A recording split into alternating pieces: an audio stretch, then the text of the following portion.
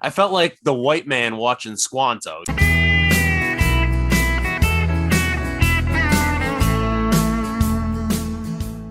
So all the chickens are outside now, and my wife is my wife grew up in the city, so she's less than impressed that I'm going to slaughter chickens in our yard tomorrow before Mother's Day. How many are you going to kill? Only six the first round. I'm honestly Right. not even ready to kit like equipment wise to kill, but they're huge. I mean, the first six we got, they got to be all 8 pounds right now. They're waddling in the yard. What breed is it? A Cornish cross or? Yeah, they're a Cornish cross broiler. So Oh, yep. That's your standard food chicken. Definitely, man. Yeah, they get. I mean, those sons of bitches are bred to process protein, man. I mean, so whatever it is you feed them, they have this beautiful and wonderful ability to just make meat out of anything they see. It's amazing. yeah. So I'm honestly glad to get rid of some of them because I have the coop I have them in. Oh, I want to say it's probably 6 feet by 4 feet or something. Yep. But that's a lot of birds for that much square feet. Yeah. Yeah. Are you in a cold climate when it gets to wintertime or? Oh yeah. Okay. Okay. Not even cold so much as just raw. I mean, Gotcha. I'm 6 minutes from the Atlantic Ocean. Okay. Yep. Yep. I could definitely see that. You get that wet cold, and it doesn't even have to be all that damn cold, and it just chills your ass to the bone. And the same thing goes, for livestock too. So it's good to have a packed, hen house because their heat, keeps them alive, and as they're all together while they're sleeping during the night. But yeah, that I can see that being packed to the point that that's a lot of chicken shit. Oh my god, I have such a big compost pile going, but I mean, it is what it is. Like I said, my wife grew up in the city and she loved the idea of a farm. It's been an Uh, event to teach her what that means. yeah.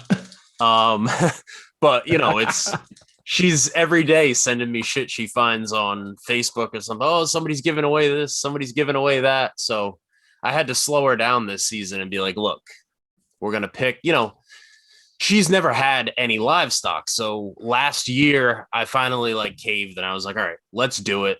And she wanted goats. And I was like, you really don't want goats. You think you want goats because you see like goat yoga videos and shit, but you don't want Yep. goats. Right. So I was like, we should get sheep. She's like, I don't want sheep. I'm like, I'm telling you, sheep are much easier. You put up a fence, Uh-huh. you don't even really have to nail it into the ground, and the sheep just see the fence and go somewhere else. Yeah. Yeah.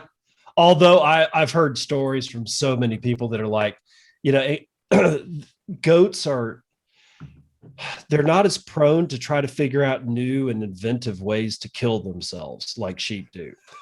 Sheep have this, it's like sheep, it's like, and I don't have personal experience with it, but it's like all the people that I follow that I know, so many of them say the same thing. They're like going, yeah, man, you want to watch something, figure out a good way to commit suicide, get yourself some sheep. I just have like I've given at this point the goats have won. Yep. Because I've given up trying to keep them in contained areas. And Oh God, luckily no. they Yeah. don't like wander off my property.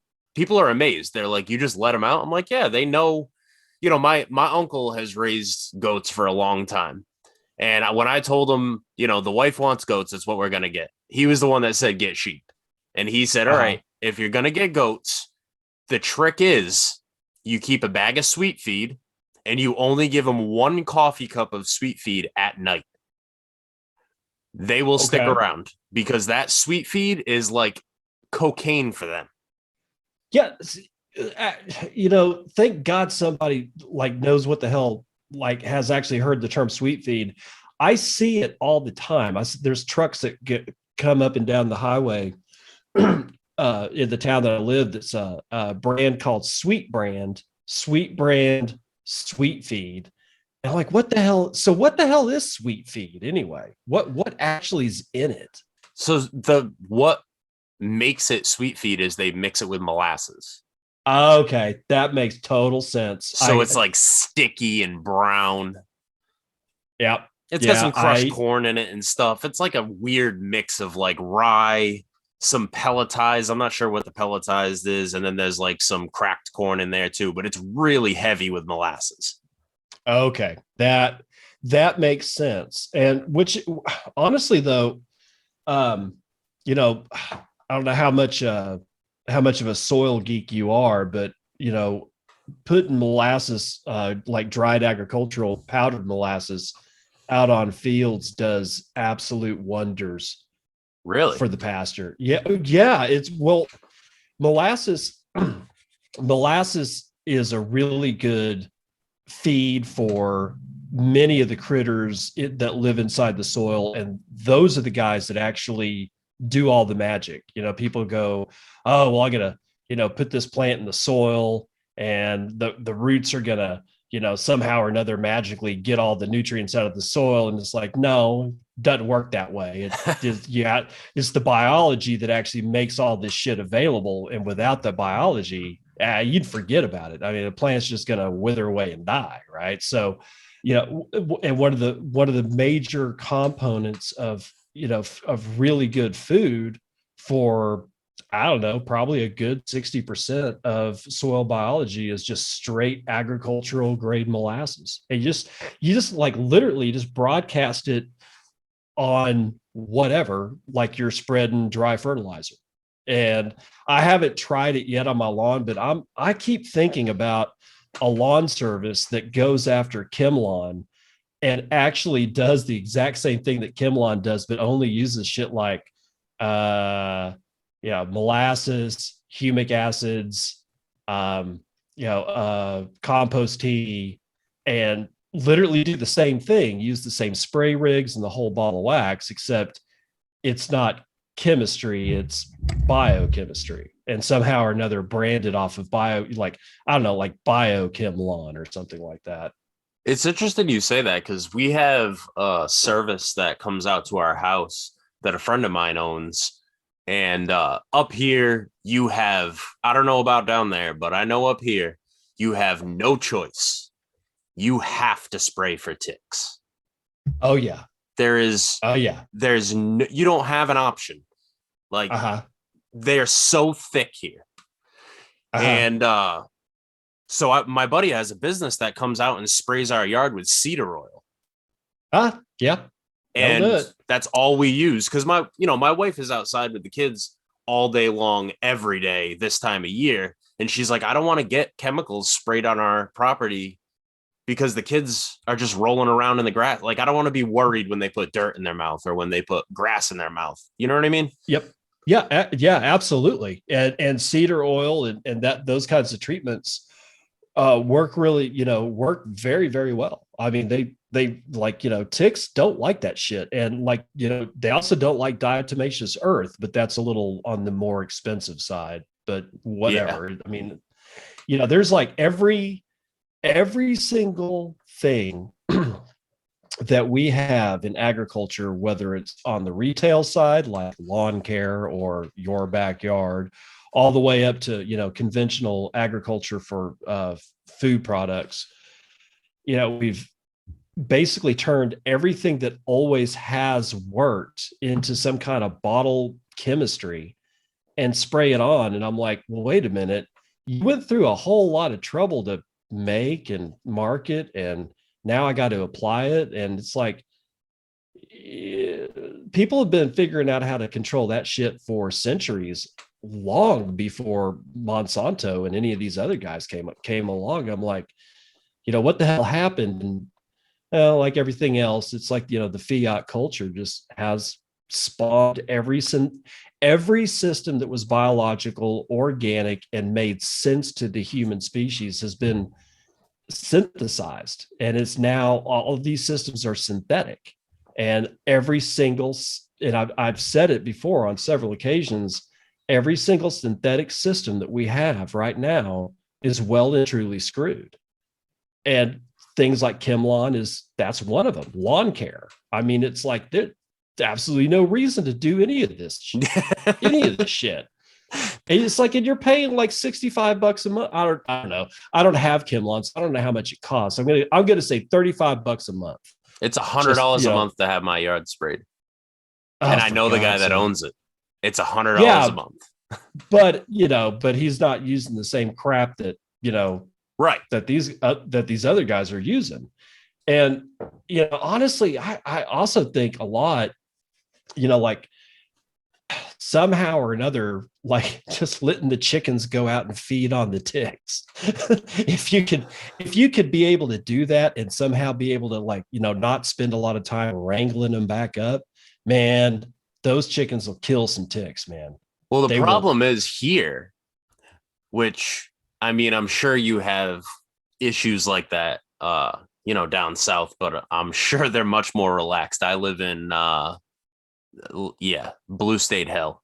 So, I wanted to do that, right? So my original idea was I'm gonna get guinea hens. I'm gonna just let them graze. They'll take care of the tick problem.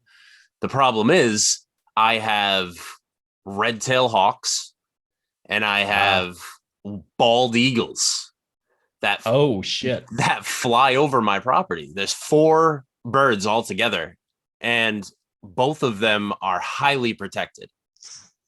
Yeah. So I can't touch them, which is insane, right? Because our ancestors, you didn't go out poaching red-tailed hawks to harvest their tails. You shot them when they killed something on your property, so they knew don't come back. Right. Now they're trying to protect coyotes. It's like, how am I supposed to survive? Yeah. I'm really torn on the predator thing in general, whether it's birds or coyotes, because it's not that it's not a situation where I'm like going, oh, the poor coyote. I honestly, I'm like going, I don't really care about the coyote, but I do care about what the coyote actually does. And again, we've gotten into a situation where it's synthetic, and that synthetic has forced the human to forget all of the other stuff. And now we have to exist in with these laws and these regulations and all this kind of crap. But when bison were roaming, the plains, let's just use the bison. They were kept in tightly packed groups, and they would mob graze instead of being selective. Oh, I don't really like that. I like this over here. Yeah, fuck you. You're bison. You don't have time to make those kinds of decisions. You're on the move because there's all these coyotes, right? And so it packed them together. So they had a lot of trample on the ground, and that physical activity is really good for the land, as well as the fact that they didn't get to select the stuff that they want versus the stuff that they really don't want. And therefore, you never ended up with plains that grew a whole bunch of crap that bison didn't want. So there's this predator pressure was there for a reason, but now the way that we live, we kind of can't do that, which is where electrofencing comes in. Depending on how much acreage you've got, it makes sense. If you get to under, X amount of acreage, depending on what it is you want to do and what you're trying to affect, then it doesn't make sense. And it's when it doesn't make sense and you've got to let the predators roam free, yeah, you've got a problem. And my heart goes out to you on that one. Yeah, here's my problem, right? There's I'm trying to think of a good analogy to relate to this, but when humans step in and start saying, well, you can only kill so many of these, but you can't kill those, but you can't trap these, and you can't do anything to those, that throws the natural balance all out of whack. Oh, yeah. All out of whack. right? Because the reality is, in a lot of cases, that human beings, if you go somewhere where humans have never lived and, you can walk right up to a coyote because they don't know to be afraid of you, that's one thing. Uh-huh. But when you live somewhere, like my town was founded in the 1600s. Mm-hmm. So people have been here and the Native Americans were here long before that. So, humans have always been the apex predator. Mm-hmm. So when human beings come in and start making regulations that remove the apex predator from an ecosystem, now we have a problem, because now Mm-hmm. you have all these things that are just wreaking havoc. That there used to be a point. There's we'll use coyotes. There's a healthy fear that coyotes had 50 years ago, where they would come around, the edge of your property and they'd look and say, probably not a good idea. Mm-hmm. Now they just run, they'll run right out and take your dog. Yeah. Because they know they can't be touched. They do whatever they want to do. Right. You know, it kind of goes back to like where people want to think, I guess like fiat culture, right? Wants to think like, oh, us humans, we're so smart. And coyotes or dog, they're just stupid animals. That's a plant. It needs me. These are all like stupid concepts, right? Like Uh-huh. that right here, I'm looking at seeds. Those green bean plants, they don't need me. No. They don't need me. What they need is good soil and the proper conditions, and they thrive, right? That element of natural selection, the same idea with the animals. Mm-hmm. So we get this stupid idea that like, and it ties back into what you were saying with all the chemicals and, it's high tide preference bullshit. People don't Yep. want to have to do the work that it takes to have good soil. So what do? They go to the store and they buy Miracle Grow, because Mm-hmm. Miracle Grow sells them the promise of ignore your plants. You don't have to do anything. You don't have to learn anything. You don't have to be Mm-hmm. in any way in touch with the soil or the plants or the ecosystem of your property. You can just pour our product on it and go to work. Exactly. Yeah. And that has caused more problems than I, I could live to be 500 and not go through, be able to touch exactly how much that is just jacked everything up. Cause you're right. I mean, it's like, but here's my real thing with that is like when we say that they don't, like, people don't want to learn how to do this, they don't want to have to be in touch with the soil. They, don't want to figure out how all this stuff actually works. When we, if we were to back up and go 150 years back in the past, nobody had to learn that. Everybody already knew it, because we forgot it and we allowed ourselves to forget it, and we allowed whatever, like I was going to say companies and corporations, but it's more insidious than that. It's more inbred than that. If it hadn't been for these guys going, that's great, keep them ignorant, because the more they're ignorant, the more I can sell them X in a bottle that's going to do Y, right?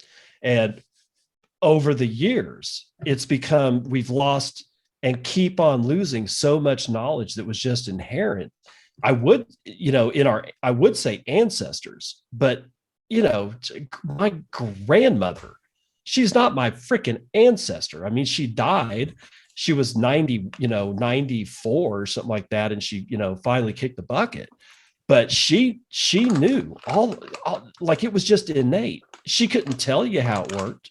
She couldn't tell you it was the biology in the soil. She just knew how to function as a human upon soil and what needed to happen on soil. And she always had a great garden. And she had ever since, she was like, I don't know, probably 12, from what I can, from what I can tell. But, now we've been so divorced, we've been so removed from all of it, that now it's like huge gargantuan task to ask people to figure out how this shit works, because there's such a knowledge gap. There was such a, it was like burning the Library of Alexandria, and all Yes. that knowledge just burned to ash. And now we've got to figure it all out. And thank God there's people like you, there's people like Shishi, there's people like, Modern T Man, there's people like, Untapped Growth. And I mean, shit, I've seen more Bitcoiners become soil pilled over the last 2 years than I would have never thought that was possible. I would have figured that they would just not give a shit. Programming, finance, money, and guess what? They're interested in meat. I have, like, so many of the guys that I know, like, they want land, and I'm like, I see a revolution, and it's happening right here, man. Oh yeah. And I was lucky enough to be able to experience people who were very in touch with the world around them, and very in touch with, especially like the town I live in. My family on both sides of the bloodline directly related to me, right? So my mother and my father. Um, both sides of our bloodline came to this town in the late 1800s and have never left. Wow. That's amazing. So they came here from the Azores, which is right off of Portugal in the Atlantic Ocean, and they were farmers. And they came here, and they, it's really funny when you have roots in an area that go deep like that, that my family came here and bought land in this town, and you couldn't give land away here. Nobody wanted it. Now it's, I drill water wells for a living, right? I own a well drilling business. We drilled a well on a 2-acre lot, not on the water, but in a little neighborhood, we'll say, that's on the water. 100 years ago, you couldn't give that land away because nobody wanted to heat their house with the wind blowing off the ocean. And they just paid $3 million for an empty lot that you can see the ocean from. So to see it it's sad because this town has so much history. Like I don't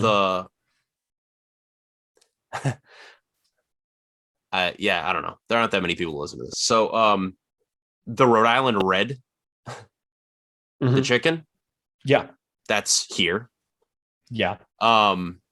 This is where it came from. Right.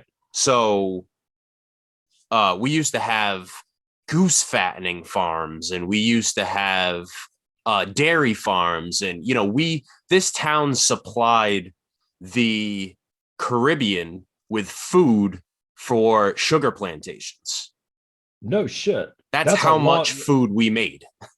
God, that's a long way to sail. So that must have been a shit ton of food, because that's the only way to make that one economical. Yeah, and New York City. We were a hub.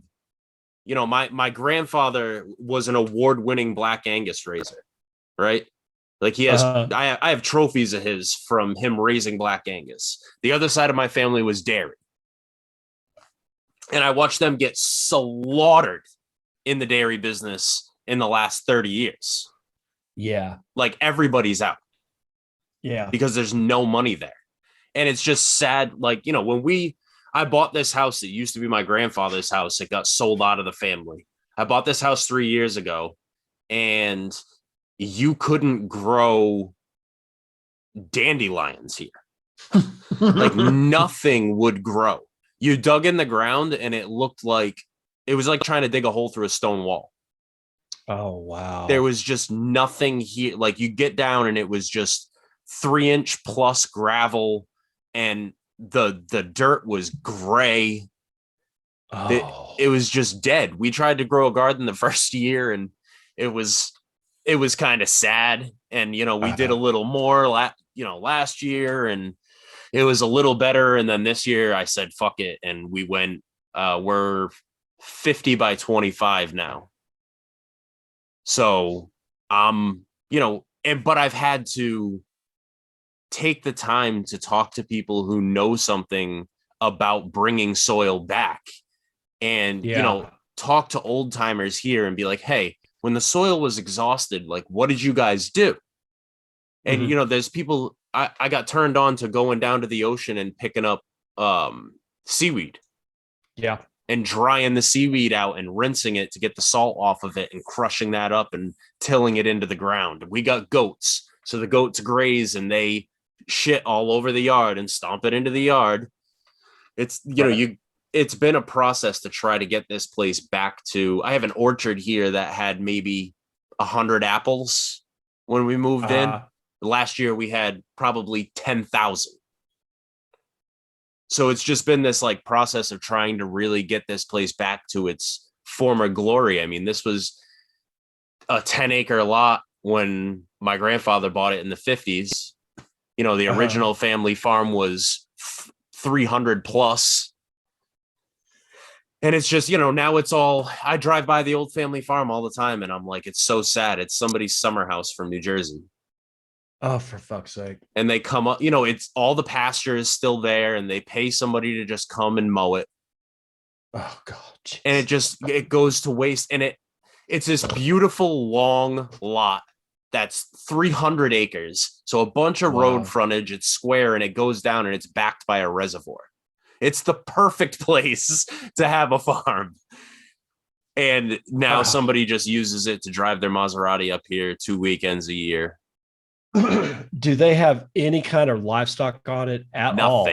Nothing. Okay, see that there's an opportunity there. It not maybe for you because you're probably busy with other things, but if you knew somebody that wanted to get into like livestock raising, if they were to lease that land and that land suddenly had actual functional livestock on it, not just like hobby livestock, like somebody was actually making a living, I don't know, raising sheep and, butchering it for mutton, because by the way, people that think they're going to get in the sheep business and sell wool, amazingly enough, you get like 25 cents or maybe $1.50 for a full pelt of high quality wool. It's terrible, right? But that the people that own that land get a not a farmstead tax break, but they get basically an agricultural tax break. It's a Schedule F for the IRS.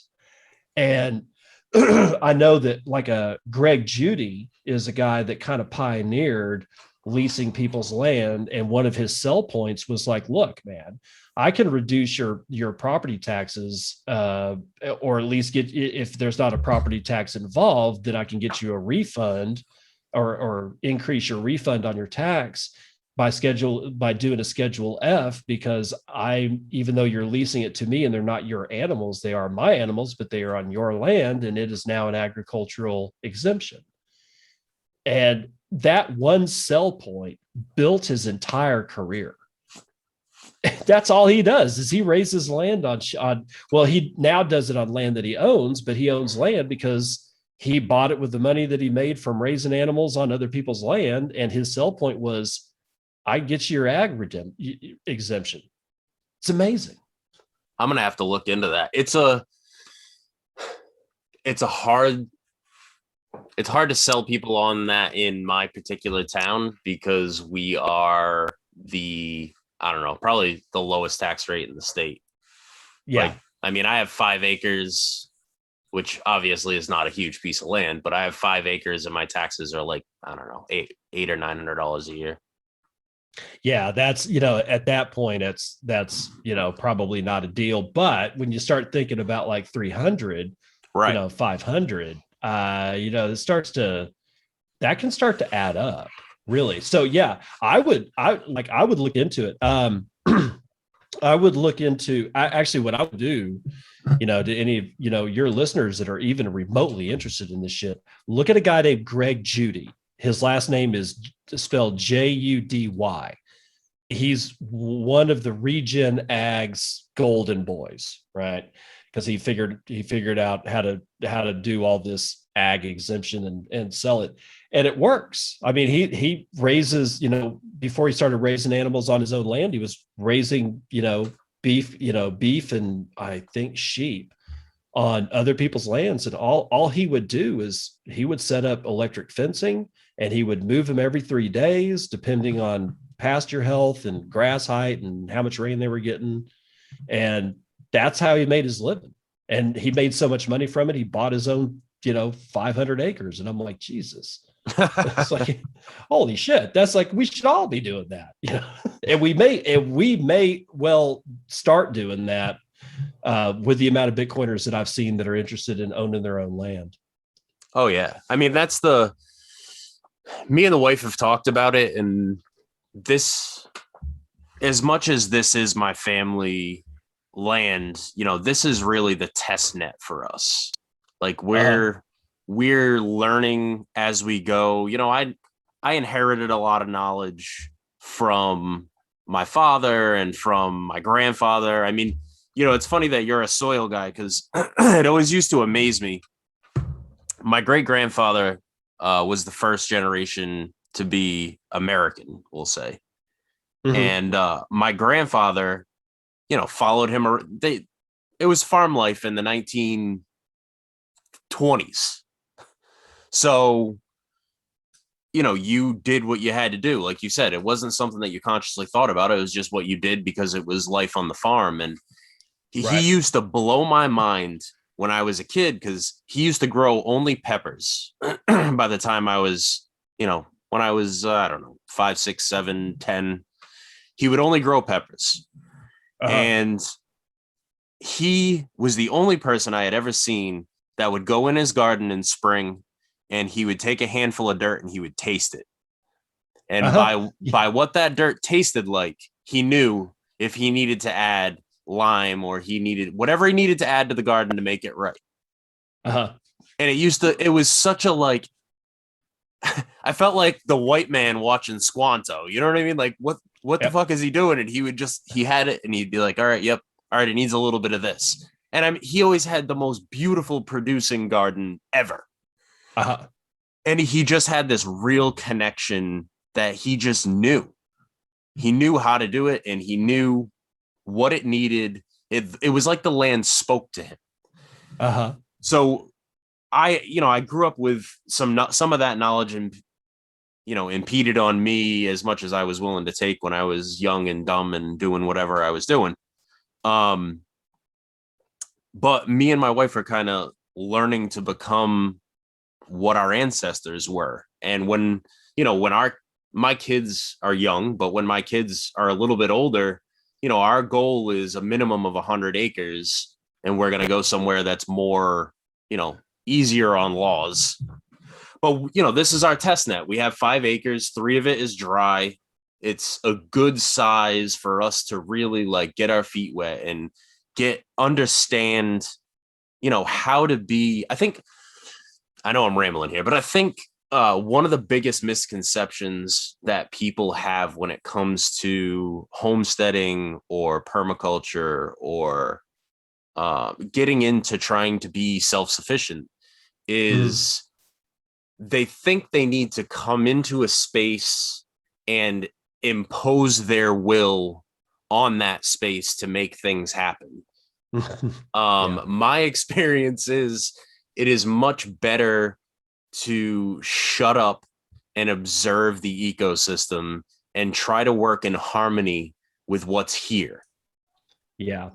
When you try to create false environments, it doesn't play out. Well, yeah, we see that in healthcare, government in general, pharmaceutical companies. I'll say it again. If it's a synthetic system in the world existing today, it is well and truly fucked, and it's not going to last. And it's like it's all of them are going down in flames. It's like just brutal to watch this stuff. But yes, when you go and you step on a piece of land, and your first thought is, how you're going to change everything and you're just going to do X, Y, and Z, the first thought after that thought should be, I'm already screwing up. Because what you say is true, that observation and work and that observation will lead to how do you work within these confines. And one of the things that there's a guy named do you know a guy named Jeff Lawton? I do not.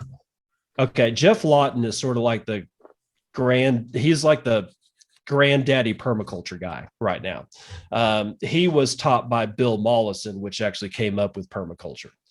And he pretty much embodies the functional knowledge that we have about permaculture and regen ag and these types of things.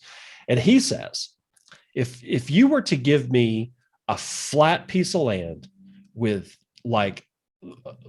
only like a barbed wire fence as a border and no rivers and no lakes and no mountains, just clear as a bell, there's no restrictions, in other words.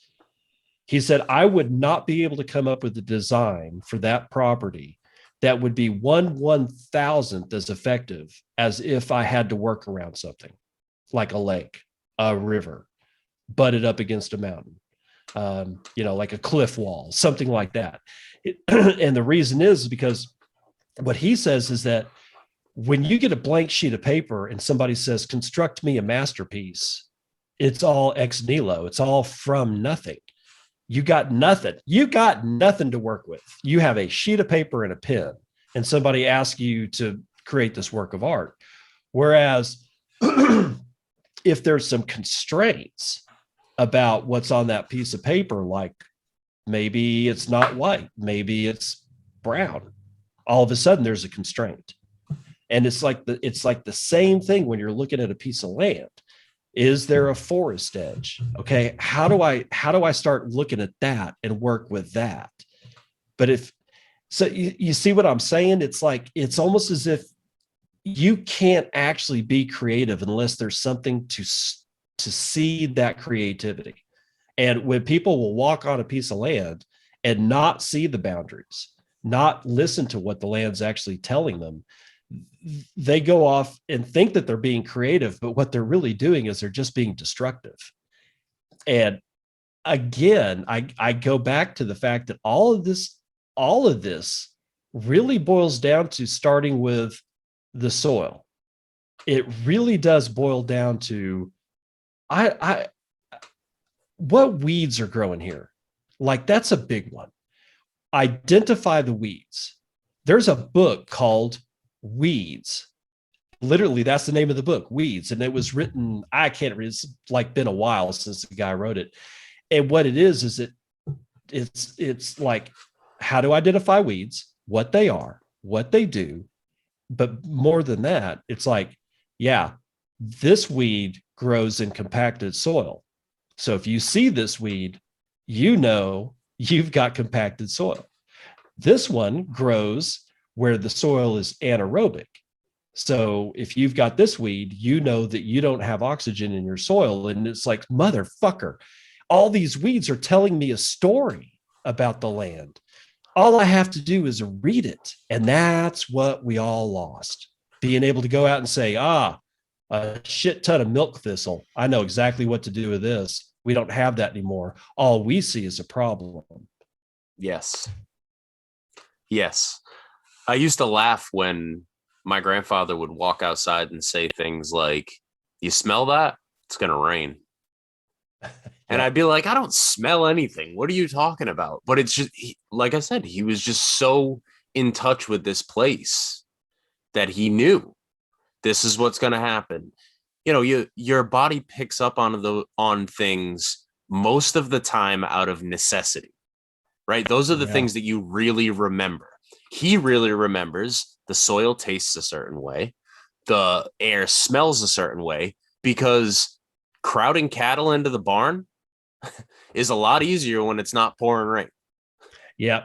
Oh, yeah. Yeah. Exactly. So you're going to pick up on the cues of nature going, I don't know, man. Every time I smell this, it rains. And then I get my ass handed to me because I got to move all these cows. Yeah. Absolutely. And it's, it's funny you say that, the thing about constraints, right? Because when we first bought this piece of property, I looked at it and I was like, I really like it, but it, stupid fiat thinking, right? I'm like, it pisses me off that I have to pay taxes on 5 acres and only 3 of it's dry. Right.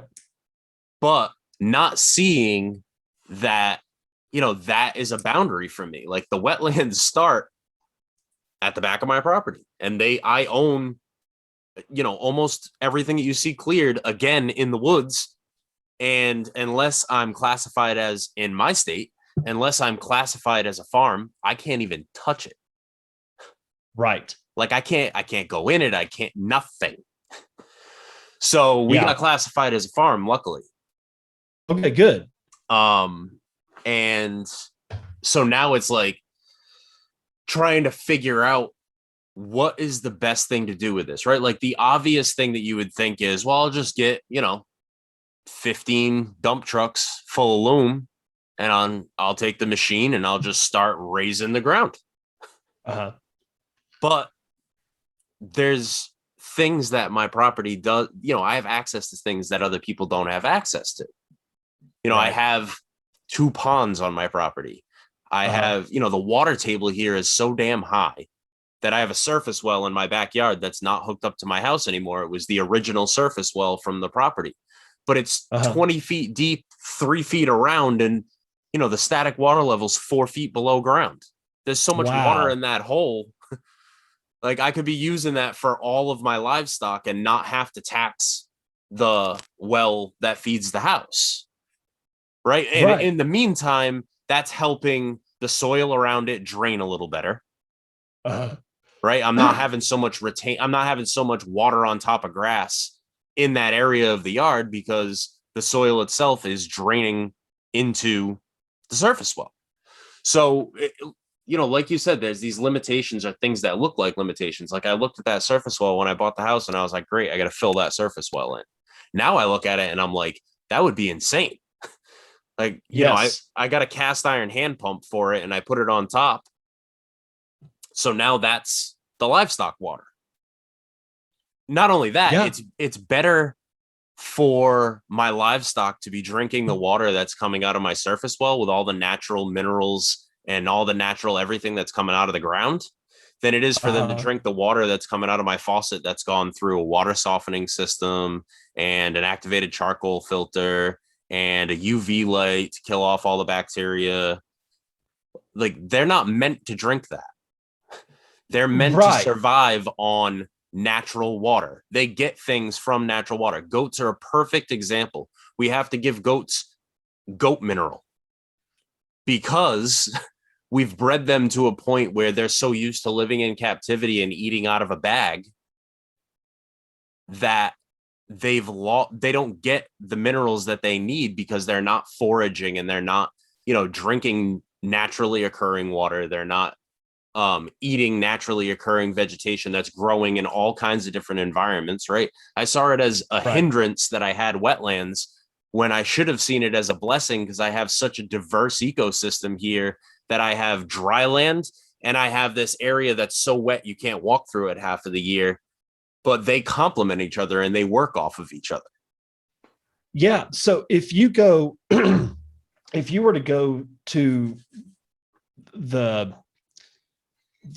there's a line between the dry land and the wetland. And of course, it's not a hard line. Obviously, it's like, it's an edge. And I talk about this on my podcast a lot is the edge effect. And when I talk about edge effect, a lot of times I pull up the example of the edge of a forest intersecting with the edge of a pasture. And if you look at that edge, right, you end up getting a whole bunch of there's this interaction, this interface between these two systems, end up having the most biodiversity. There's actually more biodiversity in that strip that goes between those two systems than there is on either side, right? So but the same thing is true for wetlands versus dry. So if you go to that edge where the dry becomes wet, start walking that edge and start looking and see what's there. Like how many critters are there? Like what kind of birds are there that are not in the wetlands and not in the drylands? And all of a sudden, when you do this enough, you'll start going, how can I enhance this? How can I enhance this edge? And it doesn't mean making more wetlands and it doesn't mean making more drylands. It's like, what's here and how can I leverage that without destroying it to meet my own ends? And I can almost guarantee you that if you start looking at just that interface, after a while, you're going to start getting some ideas. It's going to happen. I don't know what those ideas will be because I'm not there. I haven't actually, walked on your property, but I guarantee you walk that edge enough and you'll start going, holy shit. It's going to be amazing, man. Because that, especially with a wetlands interface, because it's like there's more shit that you can imagine going on between a forest and a pasture. But dryland versus edge of a wetland, man, a wetland is one of the most productive systems ever.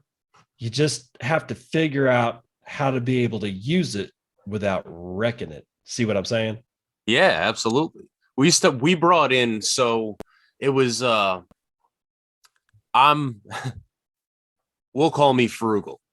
I'm about as cheap as they come. So every project that we've done on the homestead, I've tried to do it for $0 outside of livestock, obviously. But we had the tick problem, right? So a buddy of mine owns a tree service. I still have the yard sprayed, but a buddy of mine owns a tree service. So I told him, hey, every time you get cedar chips on, come drop them at my property. So he comes in and drops 15, 18 yards at a time. Wow. Oh my God. So that I've used to make a natural berm along the edge of the wetlands, still on the dry land, that stops the ticks from wanting to come into the yard. It also serves a secondary purpose of I've started to make walking paths through the wetlands that you can actually walk on year round. Nice. So now we can go out there and we can get, we can see more, we can figure out more of what's going on out there. Another thing that I got to do this year is I opened up a small section. This is New England, right? So stone walls everywhere. Yeah. Everything was divided by stone walls back in the day because the soil is full of wall stone. So everybody would, pick their fields and they would build rock walls because they didn't have to buy fencing. Right. So I have a rock wall that's a zillion years old that runs the back of my property, about half of it, right where the drylands end and the wetlands start. I'm assuming at one time it was used to keep cattle on this side of the wetlands. Because, how many times you really want to pull a cow when he's up to his neck in mud? Right. But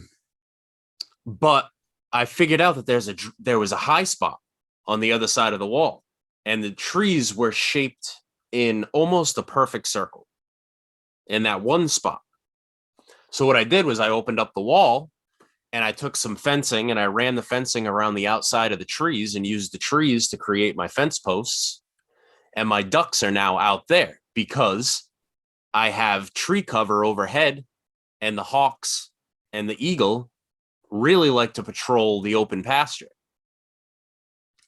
It's easy for them to see. They're not so big in the woods because it's thick. So now I'm using the natural cover of the trees so the ducks are safe, and they're, it's wet there. I literally took an excavator and took 3 scoops out, and they have a pond because the water table is so high. Right. So now I've used my land, what it naturally does, to take these ducks and give them a place of their own, and they can add to the diversity of what's already going on there. There's so many bugs and little insects and worms and stuff for them to forage that it made more sense to put them out there than to put them in, I could have made them a corral or something in the open pasture, but they're ducks. Right. Yeah. It so happens that ducks love to eat ticks. Really? Yeah. Oh God. Yeah. I'm actually looking at, I just pulled it up while you were talking. I just, search for ducks and ticks. And first thing that comes up is 7 birds that eats ticks. And ducks they consume large amounts of ticks. That's amazing. They also love slugs. I'm sure that wetlands probably have quite a bit of slugs in them. So like here's the thing about that, about your predatory bird situation that I forgot to tell you about. You've been following Modern T-Man and the Beef Initiative. Yep. Okay. So one of the things that one of the places that he's going to have a conference is in Georgia at the guy's name is Will Harris III. Are you going? I want to. I don't know if I'll be able to go, but if I do, I went to the one in Austin. I'm pretty sure I'm not going to get to the one in Colorado, but if I do go to another one, it's going to be Will Harris, because this dude is awesome for various reasons, not the least of which was his solution for his predatory bird problem with his chickens out on pasture. He put up 2 poles, and they're a fair stretch away from each other. And there's if I remember right, there's 5 or 6 pairs, and just planted them in the ground about 10, 12, maybe 15, where they're 15 feet high. And between those poles, he strung fishing wire, and that took care of his bird problem. One of the reasons that happens is that fishing wire, that monofilament, will pick up the sun and it reflects. And if I'm like a bird of prey, the last thing I want to do is get into a situation where I'm going to get my wings torn up. Birds don't like looking at long, thin glints of light, because it tells them that there's something above the ground that they need to stay away from. Really? And all of a sudden, all of his predatory bird problems kind of went away. I mean, I'm sure that every once in a while it still happens, but he safely pastures chickens, turkeys, guinea hens, I think, on pasture with eagles and hawks, but they don't touch the birds, because from every angle these birds see, there's glints of sunlight off of the ground about 15 feet above. And they're like, fuck this, dude. I don't even want to get into that shit. I'll go find something else. It's sort of like a thief, right? It's like, you're not going to try to break into the house with the dog in the backyard, even if it's small, because you don't want it making noise, right? It's the same process. So I would look into start looking Google or DuckDuckGo if you're still using. I stopped using DuckDuckGo because they ended up going insane. So I use Brave browser's search menu or search function, which is actually pretty good. Look up Will Harris III. I think it's HARRIS. You'll find it. He's on White Oak Pastures is the name of his farm. And kind of dig into that guy. And at one point or another, you'll probably run across where he talks about stringing fishing line to protect his birds from predatory stuff. Because if you can do that in the wetlands and you have a flock of ducks that are just chilling out, and I don't know if you can do that in the wetlands because it means construction and you're probably going to be restricted, but I can use trees though. You could use trees. It's I'm saying that it's something to examine, because all of a sudden, if you've got a breeding set of ducks and somehow or another you can keep them on your property through the winter, which I don't know if you can, that's, an amount of animal husbandry that I do not possess, but they will take care of your fucking tick problem. If you've got enough of them, they will eat. They will search out the ticks and mosquitoes and slugs. That's like, it's like candy for these guys, right? And chickens will eat ticks too, but chickens, you're not going to put them into wetlands. But ducks, well, shit, that's natural habitat for ducks. Chickens are hell. Yeah, Compared to ducks, chickens are hell. I know. It's like I have one chicken that is somehow or another always able to get out. And the next thing I know, all my mulch piles around my fruit trees are like just shredded. I'm like, son of a bitch, I got to rake all this crap up for the 100th time, bastard. They are brutal. The truest thing I ever heard about chickens is if they were the size of people, they would eat people. They try to eat everything. And they're fast and they're a pain in the ass to herd. The ducks that we have, I have not only the grown ones, but I have a couple of ducklings too. And I was putting the ducklings away last night in the barn, and they were out in the pasture, and I just opened up the door on the pasture and kind of hung my arms out to the side and walked behind them, and they just waddled their way over to the barn. You could never do that with a chicken. Never. You'd open up that door and you'd spend all night chasing that chicken. Yeah, I got lucky. I did. I got lucky. I keep them fenced. I've got them on one section of my yard, and they put themselves up at night. I've never had to chase them down to go get them into their coop. Not once. My guys, I gotta wait till dark. Yeah. You gotta wait till dark. I had enough experience dealing with chickens as a kid. We had chickens that when the wife said she wanted them, I went and bought used dog kennels, and I buried the dog kennels a foot in the ground. I put 2 feet of wood chips on the outside of it, and I put the plastic filament netting that they use for berry bushes right over the top. So that is your prison. I made it for you, and that is where you're gonna live. Because I did the chicken wire thing. I don't know why they call it chicken wire, because it doesn't fucking keep chickens in. Yeah, I had to do a lot of work on like, I got to nail down or peg down the bottom of the fence, because they figured out how to lift it up and get out from underneath it. So I've got tent pegs all over the place, which is a pain in the ass. But that's the only way that I could keep them in. Honestly, that's, and even then I got this one that, she gets out and wreaks havoc all over the property. But hey, do you have woodpeckers on your property? I do. Okay, don't kill them because they eat ticks, as well as guinea fowl, something called an oxpecker, which picks ticks directly off of livestock's backs, but quail.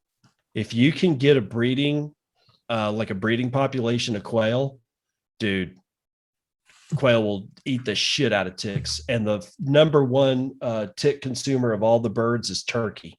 Really? You get some turkey out there, and pound for pound, they will find and kill and eat more ticks and turn them into meat than any of the other birds combined. I got bantams because somebody said they were good for ticks. So this is a public service announcement: to not buy your birds from Tractor Supply. That's where I got mine. So I bought the egg layers that we have out back are they're called olive eggers. So they lay light green to forest green eggs. And I got what they called Rhode Island Blues, which I had never heard of, but apparently they lay blue eggs. Interesting. And then that was 2 sets of 12. And then we went back to Tractor Supply to get feed, and my wife saw bantams. Now, for those who don't know, bantams are like, when they're babies, they're the size of a golf ball. Yep. And when they're fully grown, they're no bigger than a water bottle. Right. So I was like, all right, we'll get a half dozen bantams. So we get a half dozen bantams. One of them was a turkey. There's two of them that I don't know what they are, but they look like hawks. Oh my God. A silky and two bantams. So, Wow. so we got a pretty diverse population going of birds, thanks to no thanks to Tractor Supply that gave us a whole assortment of things when we wanted bantams. But it's just been, it's things that I don't think of. And, I say I had very minimal, like education on raising things when I was young. But the more I talk to people, the more I realize that I had a pretty deep, education on it as a kid. And I don't always remember that other people don't have that. So, you know, trying to break my wife into this has been like, I asked her the other day, I'm like, hey, did you feed the chickens? She's like, well, no, you didn't tell me to. I said, well, Ah, let's go on the assumption that every single day when you wake up, the first thing you do is go check on the birds and all the livestock. And before you go to bed, the first thing you do is check all the livestock. If they're yeah. alive and they have water and food, then you can go about your day. But it's like, in the moment, I wanted to be like, what the fuck is wrong with you? Right. But I Yeah. forget that people don't realize, like, you are, in a chicken's world, you are God. You you bring the water, you bring the food, you make sure they're safe. Like, that's your job. And I think she started to realize, as she's slowed down. She hasn't said anything, but she's slowed down on bringing more animals in. And it's like, yeah, it's cool to get these baby animals, but then it's like, all right, well, I got to go do the chores. So now I got to go, I got to go take care of the goats. I got to go take care of the rabbits. I got to go take care of the chickens. I got to go take care of the ducks. It's like, it becomes an event. And up here, we get those, we have winter. And Yeah. it's like, nature doesn't give a fuck that it's, 2 below 0 outside. You need to go Right. break ice in the water bowls, and you need to go make sure everybody's okay. And, the shelters did all right over the night. And, you didn't lose a piece of sheathing on the outside of the coop, and now the wind's blowing in there. It's like, Yeah. and that's the biggest thing for me here is on any given day, I have 30-mile-an-hour winds. Yeah. See, and that's what a lot of people don't get about, especially about, fowl, right? So birds in general, they can take a deep winter. I mean, chickens are survivors, but what they won't survive is any amount of wind blowing on them for any length of time. If it's cold and windy, that's a dead bird. If it's hot and windy and they got no protection, that's a dead bird. Yeah. It's not the wind, or rather, it's not the heat and it's not the cold. It's a combination of either one of those and wind. Dead bird. It's just amazing, man. And it's brutal here. Like, we were looking into quote unquote alternative energy. Because I had it out with my power provider this year. And I was like, it doesn't even make sense for us to get like solar or anything. If we're going to do anything, you're going to get wind, because the wind just blows all the time here. All the time. If it's 70 outside, the wind is blowing and it feels like it's 55. It's just, I get it. I don't know. That's the way it is. And with the ocean so close by, it's like, it's a double-edged sword, because we're a little warmer than everywhere else because we're close to the ocean. But you get that wet, miserable cold. And once that's in you, I work outside for a living all year round. And once that cold is in you, you're not getting rid of it. Yeah. I know. I mean, it's like, we go up to Colorado, Southwest Colorado a lot. And it, like in the winter, it can get very, very cold. I mean, like brutal cold, but it's dry as a bone.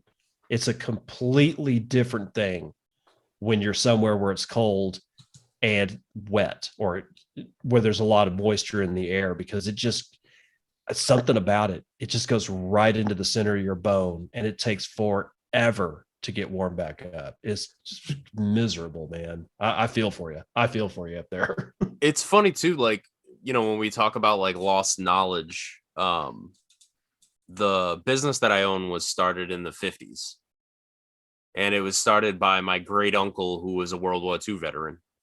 Uh-huh. And he taught my father, and my father taught me. And we have all these things now, all these convenience things. And for this particular story, it's hot hands, right? The little packets you buy that you warm, you rub them together and they keep your hands warm. Yeah. Well, my father will not use.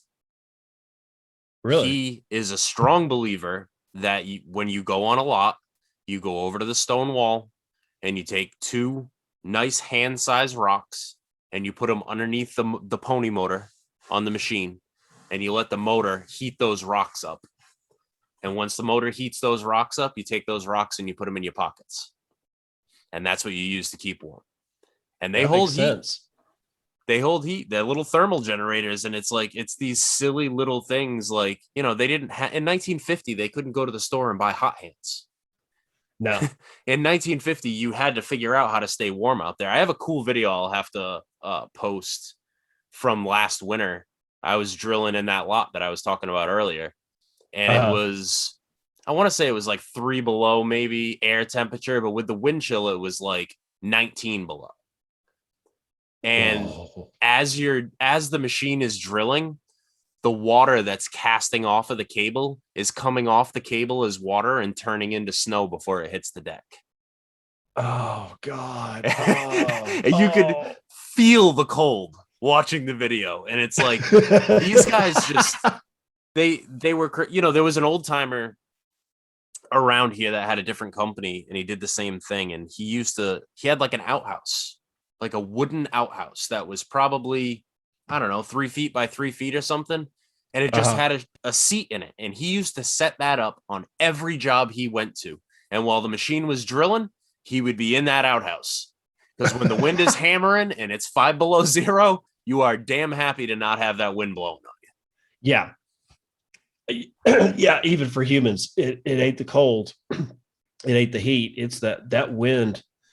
Wow. There's just having that air move across you like that, it just amplifies everything. It's so freaking brutal. Even out here in West Texas, we get lots of wind, but it's not all the time. But man, when that son of a bitch starts blowing, when I drove down from Texas Panhandle down to Central Texas to go to the Beef Initiative conference, and it was 35 mile an hour sustained and 50 mile an hour gusts for the entire 7 hours of that trip. I was like, son of a bitch, man. It's like, it won't let up. I mean, it's like, it started finally getting better once I got into the hill country, because there's some terrain to kind of, I don't know, break that wind up. But out here on the plains, there's nothing to stop it. There's nothing in the wind's way. And once it starts blowing, man, it'll tear your ass up. That's how it is here. And this town has become, probably like the last 50 years, the primary source of income for people in this town is fishing. We were a point, right? Like the corner of the town comes to the point on the mouth of a river, right, going out to the Atlantic Ocean. So we have a lot of lobster boats. We have a lot of crab boats. We have a lot of, people fish for scup. They fish for all kinds of things. And you have this, it's sad to see now, like this shift that's happening where local guys are just getting murdered by everything that's going on in the world. And I was talking to, I don't even think this is where I was going to go with this, but now it's on my brain. ADD real bad. So I was talking to a friend of mine this morning, and he owns 3 lobster boats, big ones, like big friggin' boats. Uh-huh. Makes he's always made a ton of money. Lobster guys around here are like rock stars. Uh-huh. They drive collectible cars and they have big houses. And so he has 3 lobster boats. And I saw him this morning and he said, man, I don't think I can go out for a while. And I'm like, what are you talking about? He's like, they put restrictions in place on how many pots I can put out. Oh shit. And he's like, marine diesel $7.50 a gallon right now. Oh He fuck. said, I just got back. I was out for 4 days. I burnt $7,000 in fuel and my haul was worth $6,500. Oh shit. Plus I got to pay all the guys. He's like, what am I going to do? And then because everything is so expensive, fuel is so expensive, all the scup guys aren't going out. And that's the bait for the lobster guys. So bait has gone from $50 a barrel to $175 a barrel if you can find it. Oh shit. So That's a now, double whammy then. yeah, all these guys are going, out of business. Not even out of business. They're docking their boats when this is prime time. It's spring, Oh, get back out. Winter's rough because it's crab season. There's not a ton of money in crabs. So lobster is like, that's when you really make your money. uh-huh. These guys are just getting hammered. And it's like, what do you do? How do you continue on going? I talked to him this morning and then my wife calls me at lunch. I just left the grocery store. I can't believe it. I just left the grocery. I spent $400. Came Mm, home. There's like nothing in the fridge. I'm yeah. like, what the fuck? She's like, from last month, it's at least 2, maybe 2.5 times as expensive, everything in the store. Yeah. And it's probably gonna get worse before it gets better. And I don't think it's gonna get better anytime soon. And everybody's hurting. I mean, it's just I think everybody sees that they're hurting, but I have this sneaky suspicion that they don't really know that they're hurting just yet. That it's going to take a depletion of like what you thought you were going to be able to save. Like even if you're saving in fiat, you know, you're just gonna people are just gonna start watching that savings account start dwindling, and they're like, "Fuck, I'm having to treat this like a checking account," before they get really mad. And I don't want to, I don't even want to speculate what it looks like when. Well, the last time a shit ton of Americans got really pissed off, and I'm not even talking about the 9/11 thing. I'm talking about like the Pearl Harbor. Let's talk about like World War II. I don't want to see that shit. And the time before that, they got really pissed off was, as we well know, the Revolutionary War. And I'd rather not see that happen. But quite honestly, I'm not sure if that's going to be an avoidable action at this point, because it's just your guys are getting destroyed. And I don't know, It's man. It's brutal. the ripple effects just scare the piss out of me. Yeah, absolutely. And that's the thing. Like, you hear a story like that and you're like, oh, yeah. I mean, it's hard times for everybody. But then you think about it and it's like, okay, well, if that's happening in this tiny town nobody's ever heard of, what's happening on the larger scale? Like Uh, these guys, this friend of mine probably has, I don't know, $1 million in overhead every year. What are the guys doing that have $100 million in overhead right now? They're like, I think those issues. Like this guy just learned a tough $5,000 lesson, but for the big guy, that's a tough $5 million lesson. mhm. How long are they going to hang out and do that? Those guys are all about numbers. They're going to look at it and say, well, it's easier to just shut down. Yeah. And that's exactly what they're going to do. And market price of, good quality lobster is going to go to $40 a pound.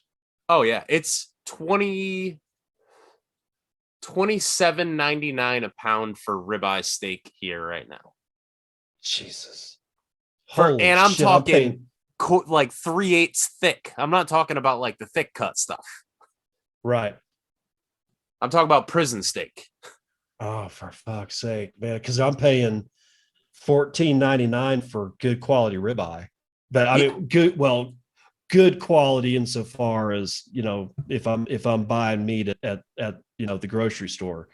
I get a little bit better price if I go directly to, some like a rancher, like somebody like Justin out here at my local guy out here in the panhandle of Texas.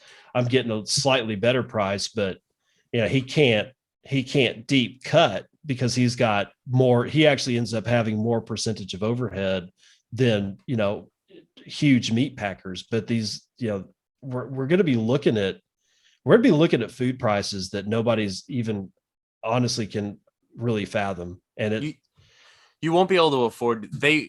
I believe they don't want you to be able to afford to eat because they want you to rely on them for a government token that says this is how much food you're allotted. That's what yeah. it is. They want to make it and unattainable for the average person. and not just, it's not just to keep it unattainable uh for a mechanism of, forcing you into like, some kind of government program. It's even, in my opinion, more sinister than that. Without that nutrition, you're a hell of a lot easier to control. You're much more docile. Oh yeah. Oh yeah. the I said it to my wife all today. I said, we're so lucky that we're set up the way we are. Like I am so blessed to be able to say, wow, that's crazy. Okay, I'm gonna kill some chickens this weekend so we have meat. You know Yeah. what I mean? Like most people say, well, I guess I'm not eating chicken this week. Well, yeah, but when you dig deep into the whole chicken thing, what you come to find out is, like, like back in the day when, kings and queens actually, were a thing and had power. Even for those guys, chicken was expensive. You only ate that shit on very special occasions. It was beef. You killed ruminants, and that's where the majority of your protein came from. It was not chicken for whatever reason. I And there's guess a back. lot about I, chicken. Like there's a lot of things that people don't know. Like, it's high in some omegas that are like tough on your joints. Or it can be, especially the stuff that you buy in stores. So like there's a lot of I'm a, if I had it my way and I had the land, I would raise beef. When you're presented with, as you put it, the blank canvas that you're presented with, Mhm. you raise what your land can sustain. Exactly. Yeah, you really do have to work with the land. And out here we're going to suffer probably yet one more year of drought, and it's already brutal as it is. I haven't seen a drop of rain since, well, shit, since it snowed in January. That's how long it's been since water fell from the sky in any form. And before that, we got like 1/10 of the amount of rain that we would normally see the year before that. So all the pastures out here, they're all still brown. It's bad, and it's bad all the way to Central Texas. They've got a drought going on there that is even more brutal than the one that we're going through up here in the Panhandle of Texas. And it's like one thing after another, after another, after another, and at one point or another, yeah, you're going to have a sizable portion of the populace just mentally break down. And when that shit happens, yeah, that's when shit gets set on fire. Oh yeah. Oh yeah. And I mean there's a way. Me and Slim were talking about this earlier today, that there's a way that people should be. If you How do I say this? My goal with my homestead is that if the world shuts off tomorrow, my quality of life doesn't change. Yeah, that's a good goal to have for a homestead. So we were talking about that there's things that people should be doing to prepare yourself for the idea that I may not be able to go to the store and buy a steak in 5 years Mm-hmm. if it takes that long. If it takes that long, I agree with that statement wholeheartedly. So, I've got to experience it firsthand with my wife again, right? My wife Mm-hmm. grew up in a setting that was not rural. So Mm-hmm. I've made a habit out of this year taking her and my kids to local game feeds, because if shit really does go bad, that bad, you don't want to have to try to eat venison for the first time in a dire situation. You know what I mean? Like, you want to, Yeah. when a dire situation hits, you want to be able to kill and clean that animal and say, oh, like, I've cooked this 100 times. I know exactly how I like it. Again, it's that my quality of life isn't changing. What I'm consuming may change a little, Mm-hmm. but my quality of life and my comfort level don't have to change, because I take care of the animals the way I take care of them now. I raise the garden. I make sure that when the garden is harvested at harvest time, things are getting canned, things are getting preserved. Mm-hmm. We're eating those things now, because when it goes to shit, you want to say it's just Wednesday and we're going to have chicken and we're going to have, canned green beans. Yeah. And that's that's something that I hope a lot of people start picking up, is how to, produce stock, like, bone broth, vegetable stock, chicken stock, beef stock, how to can it properly. So canning comes in, and then like dry canning, like, being able to preserve stuff, like dehydrate or freeze dry. And a lot of these issues are going to come back. Like, it's going to be it's going to be a cottage industry. It already kind of is, insofar as how to do these things that your grandma used to do, and it took all of 3 generations to forget how to do all this shit. So now the people that do know how to do it, that read the books, took the time to figure it out, are going to be, I think, are going to be in high demand. And if not like very soon, not long after. It's the idea. It's simple things, right? Like, it's a simple thought that can trigger the want to learn to do those things. Like, uh, if tomorrow it all went to shit, would today be the last day you ever eat cheese? Right. Like, Thankfully, my wife knows how to make goat cheese. but it's simple things like that that's like, wow. Some people, and myself included, at one point in my life, just, you come to this realization of how dependent you are Mm-hmm. on outside things. And I think the goal, really, as a homesteader, is to try to wind that back and try to, like, not necessarily rely on outside things in order to survive. Like, I need to be able, self-sufficiency has so many different facets, but Mm-hmm. to to goals, I believe goals for everybody, not just people who want a homestead.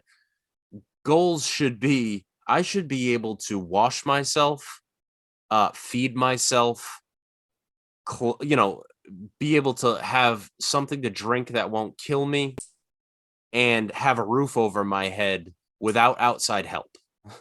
Like, those Right. four things, I should be able, those are the basic tenets of survival. Like, I should be able to get those four things down and not rely on others so that I don't die.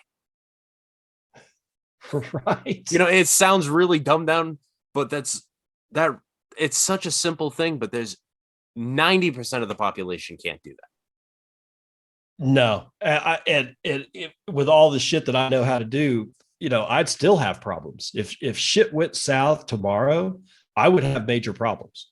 And it's like it's almost as if there's not enough time to learn all this stuff. It's like I'm trying to pack my grandma's brain into my head without my grandma being able to tell me how to do this shit. So it takes now infinitely longer. And she never even thought, like when I was growing up and she was around, I don't think it was like in her wheelhouse to start thinking, yeah, I better pass this shit on, because even she got lulled into this false sense of security. And there was never any security. It was all just a lie. Absolutely. Absolutely. I vividly remember thinking it was disgusting, of course, because I was young. But I vividly remember my great grandmother on the original family farm, and they brought a pig in the house because they were gonna harvest the pig. Mm-hmm. And they strung the pig up and cut its throat, and she had a 5-gallon bucket underneath it catching the blood. Mm-hmm. And I remember thinking it was so weird as a kid watching her. She would steer the blood with her finger and then taste it. Uh-huh.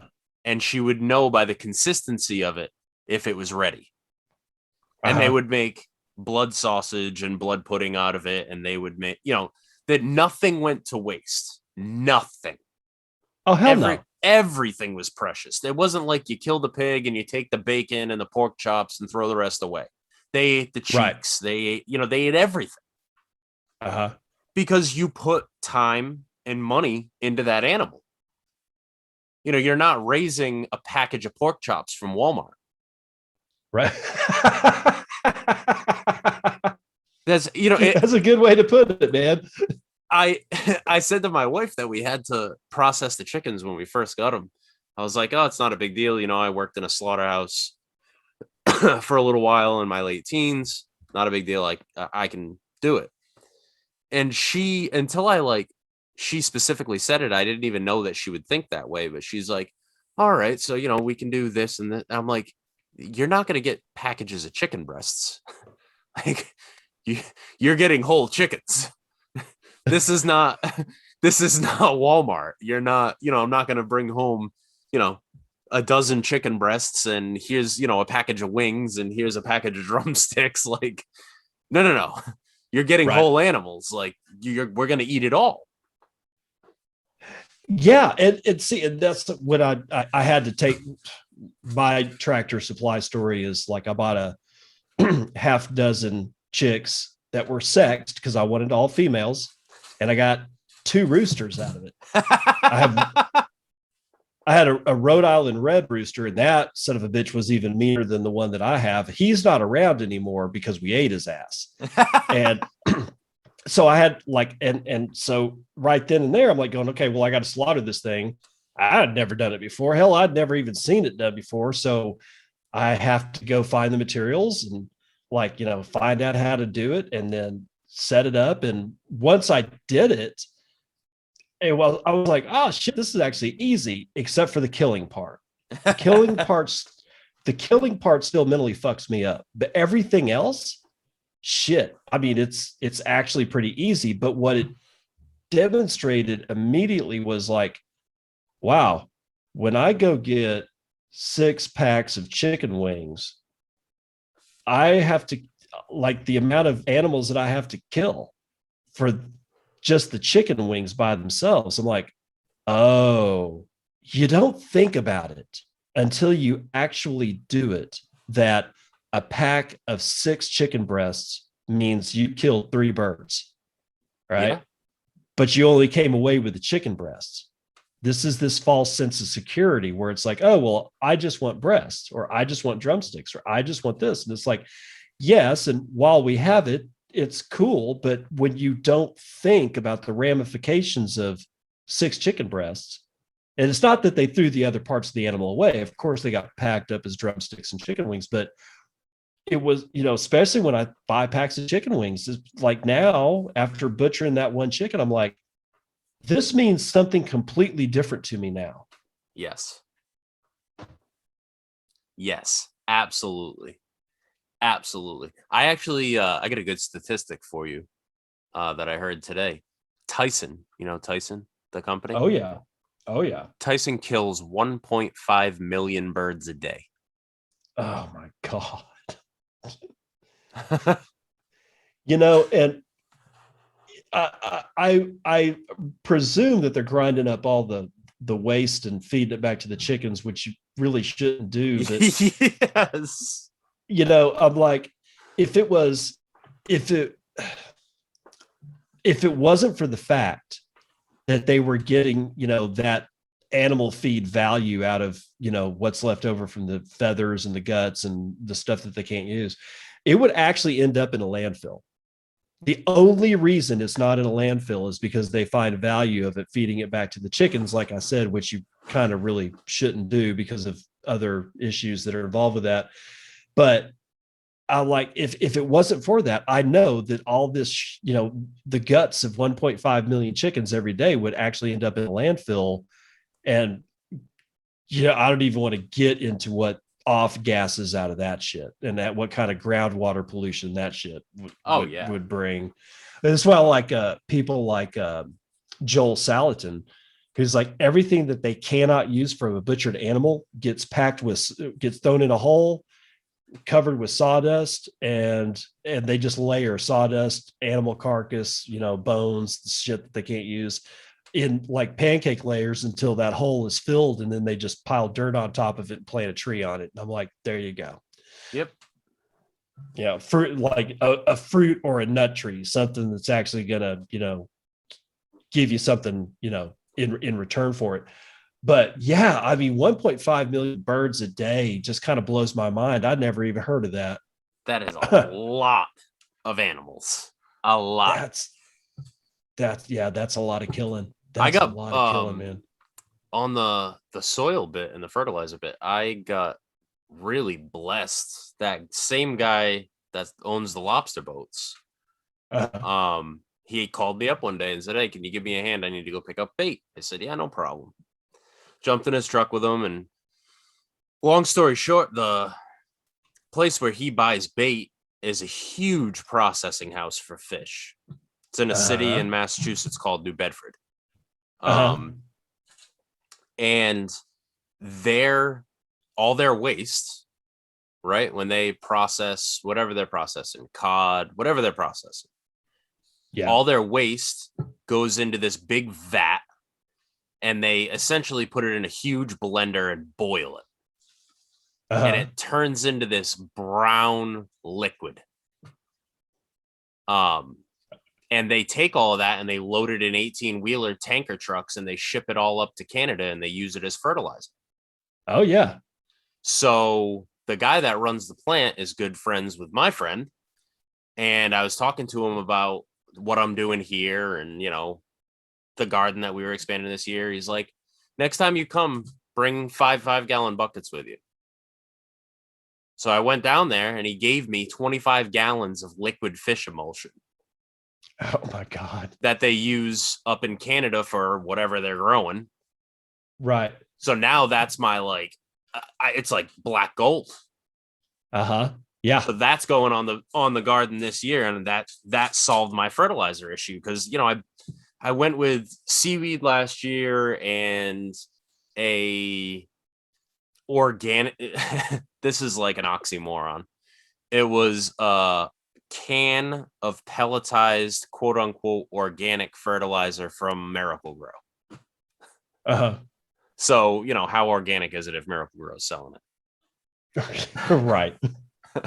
So it was good. It was nice to find that connection in the community this year and be able to take something that's naturally occurring in this area. And chances are the Native Americans that were farming here, 500 years ago, were catching fish. Fish was a huge part of their diet, and I'm sure they used whatever they couldn't eat as fertilizer. Oh, they absolutely did. That was a functional part of most tribes on any coastal tribes that had access to fish. That's what they planted. That they would put that in the soil and plant a bean seed right next to it. And that's just what they did. They did that for centuries, and they never had fertility problems. But the fish emulsion is an interesting bag. Remember, I was talking about agricultural grade molasses and bacterial populations in the soil. Yep. The fish emulsion acts on the fungal component in the soil. So that's filled with like humic acids and a whole bunch of other stuff. And yes, while bacteria will, sort of munch on it, the big beneficiary from there is the fungal component. And you need both of those guys in the soil. You need fungus and bacteria. You need both of them. You can have them in like where there's fungal dominated soils. You'll find that in forests, and you'll have bacterial dominated soils, and you'll find that in pastures. So it's sort of the thing about it is that you still need both. And that humic that's coming off of that fish emulsion is like a lollipop for mycorrhizal fungi. So yeah, if you can keep getting that shit from that dude, that and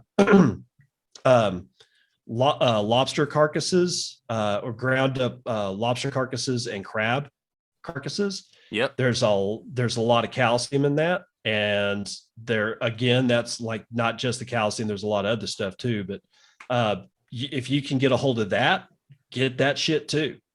Oh, because that's free here. Yeah, if you can get that shit and you could figure out a way just to like plow it in or somehow or another get it in contact with the soil without having a field full of lobster carcasses, do it, because that shit will supercharge everything. And the fish humics, and like if you get some agricultural grade molasses for cheap, get that shit on there too. And like within a few years, it probably won't even take that long, but definitely within a few years you'll be looking at a pasture or like the soil, and it'll be completely different. It will no longer be gray. I'll give it that. It will not be gray. We've gotten to brown now. We're not quite black. If you get into black chocolate cake, that's pretty much your apex predator species as far as soil goes. That's what I'm looking for. We'll get there. Yeah. But it's actually interesting you say that, because I have calcium deficiency here. Bad. Okay. Calcium, you can't, your performance on everything on that land is going to increase the more calcium you put on it. Calcium is critical for a lot of shit. But one of the things that it's most critical for is photosynthesis. And if you don't have good photosynthesis going on, everything suffers.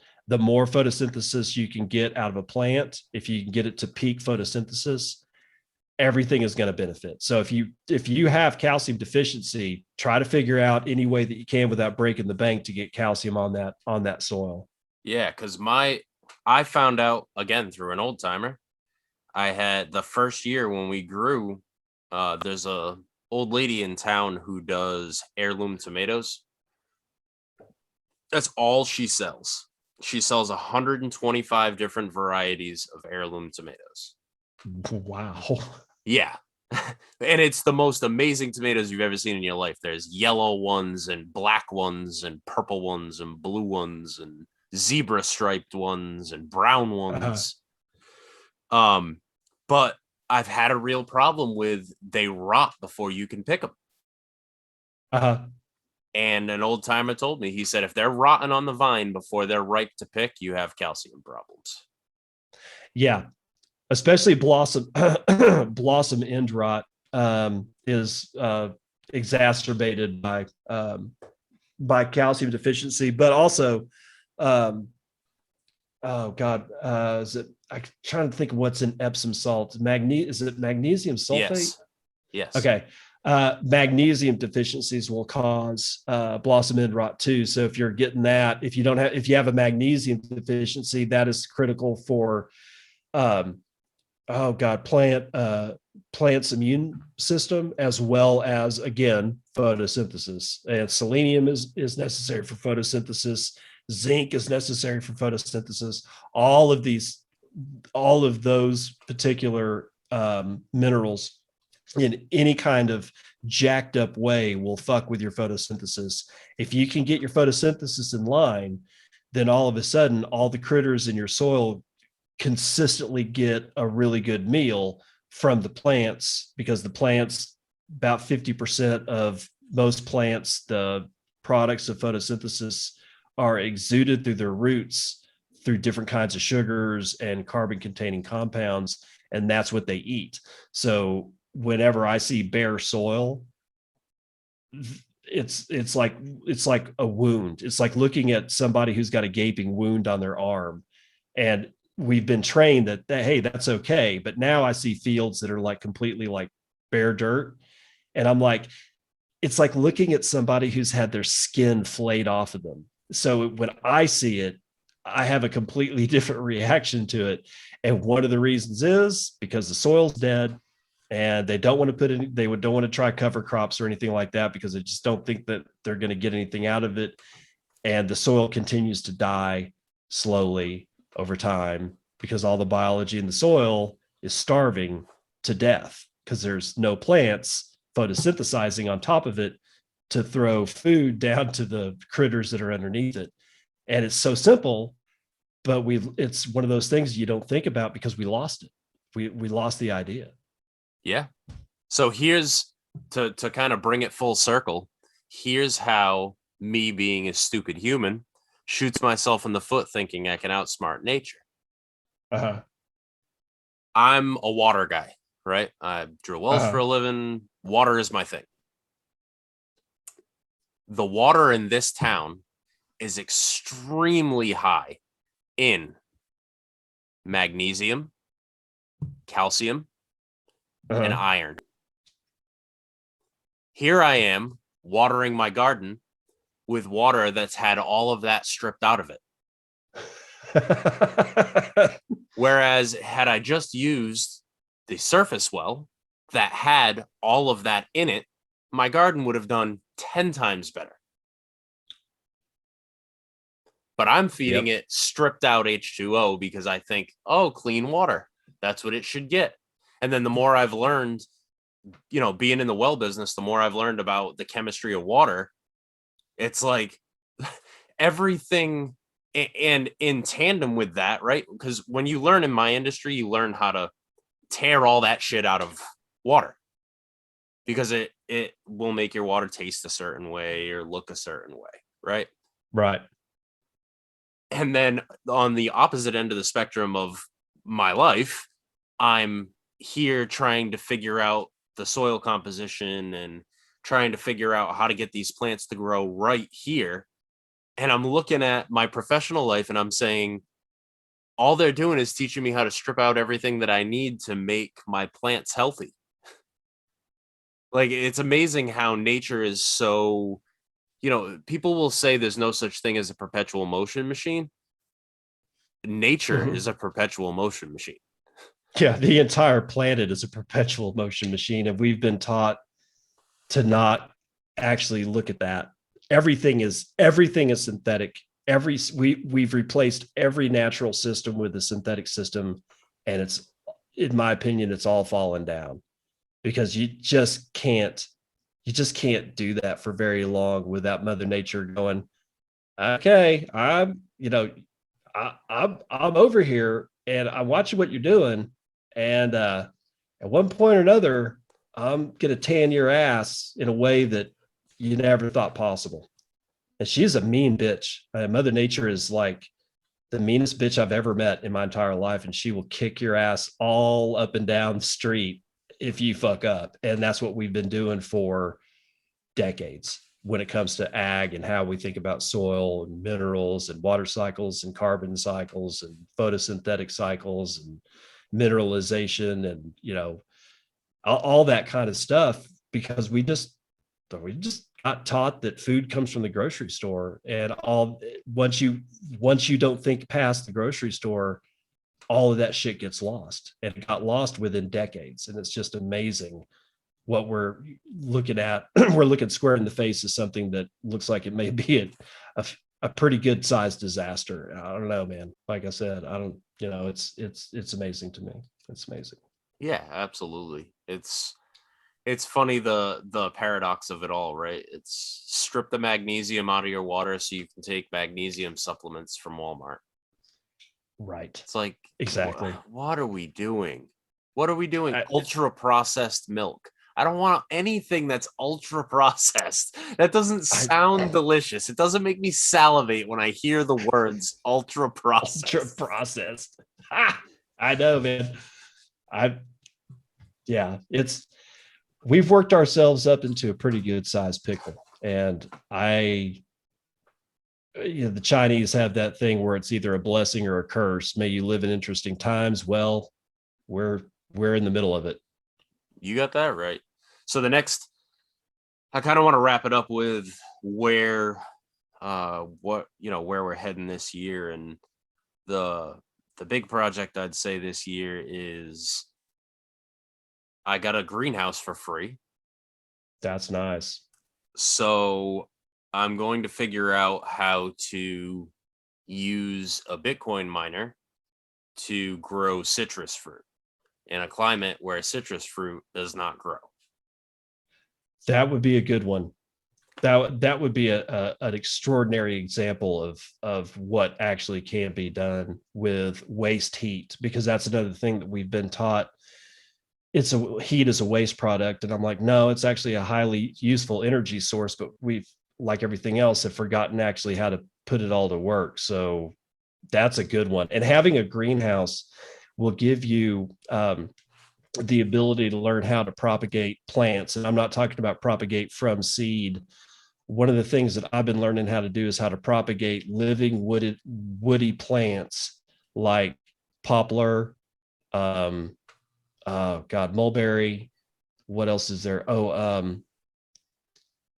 Mulberry. Oh, willow. All of those are forage trees for animals. They have anywhere between 8 and 22% protein in their leaves. It's Wow. free fodder. And if you can, especially in Europe, if you can get, I don't know what offhand what willows will do, like as far as USDA hardiness zones, but if if you can get willows to grow and survive up there in those winters, and I think that they can, willows love to have their feet wet. And you've got a lot of surface water, which means you can produce a lot of forage protein. That's awesome. See, if you can learn how to propagate willow, and it will grow up there, then learn how to propagate willow and start planting that shit everywhere that you can find a place to put it. Yeah, my best friend owns a nursery right across the street from me. So if anybody will know, he's the guy. Dude, you are set up, my friend. That's why it's hard to leave. Yeah. It's easy here, Yeah. It's the hard life, but it's easy, So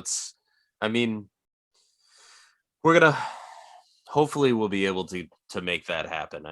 It's something that I've talked to Slim about a lot, and it's something that I think can really help the blending of the ag community, and especially like the smaller ag community and the Bitcoin world, is if we could figure out a way to take an efficient miner that produces a profit and use the waste heat from it to keep a greenhouse warm. So now you're not paying for heat in your greenhouse, you're actually getting paid to heat your greenhouse.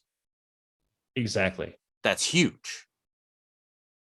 That's a revenue stream. Everybody who's involved, even in tiny capacity, with anything to do with a farm or a homestead or agriculture at all, knows that you're not going to get rich. Uh-huh. My you buddy get rich next in other door, ways. Yeah, absolutely. But monetarily, my buddy next door owns an electricity business, and he has a 40-acre farm, and him and his wife laugh about it all the time, and they say they work so hard to support their farming habit. Yep. I hear that a lot. Because it's like, if you could present a model that could help lighten that burden for people, that's huge. Imagine having a heater that pays you. I know. I think about that so often. I did them this year in my house. My house ran exclusively on Bitcoin all winter. Nice.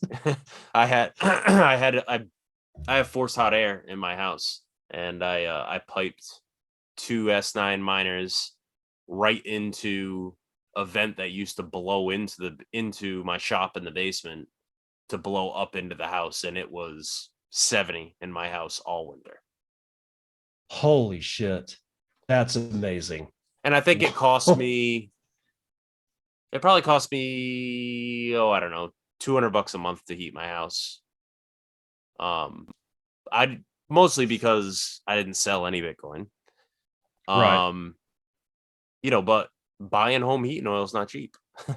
No, and your winters are brutal. I mean, even if it is slightly warmer, because you're on the coast, it ain't warm. It's cold. It's nothing to go through 300 gallons of diesel a month. Jesus. Oh my God. Like, I can't. Oh, and this year is, like, thank God the prices, were of oil and gas were increasing as winter was leaving, or at least in the United States. yeah. Not so much in Europe, but good God. So congratulations, man. Not bad, bro. All right. That is it for me. I got to go put animals away. I appreciate your Yeah, I time, got it. man. I got some chickens that I got to make sure that they got water. My dog keeps getting into their pen and stealing their water, little son of a bitch, and I can't keep them out. So I got to make sure that they're good and watered up because it was 91 degrees and it's just going to get hot from here. Oh, jeez. Yeah. It sucked. But man, thanks for having me, man. I really enjoyed it. This is a great discussion, dude. Yeah, man, it was a good time, and I don't know. I'll tag you in it, and I'll catch you on Twitter. Yeah, I'll definitely propagate that, and I will see you another time, bro. Absolutely, brother. Thank you. See you later, man. Fuck wasabi.